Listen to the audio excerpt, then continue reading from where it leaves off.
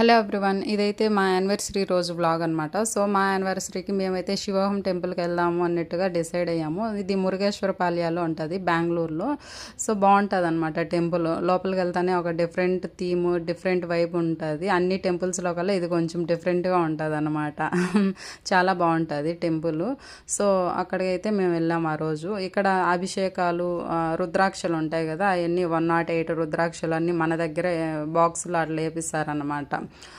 So అక్కడైతే ఇలా జరిగింది. ఇంకా రిటర్న్లో అయితే ఇంటికి వద్దాము అని అనుకునే టైంలో మా హస్బెండ్ వచ్చి ఘాటే సుబ్రహ్మణ్య స్వామి టెంపుల్కి వెళ్దాము, అది కూడా బాగుంటుంది అన్నారు. సో అదైతే అన్ఎక్స్పెక్టెడ్ ప్లాను.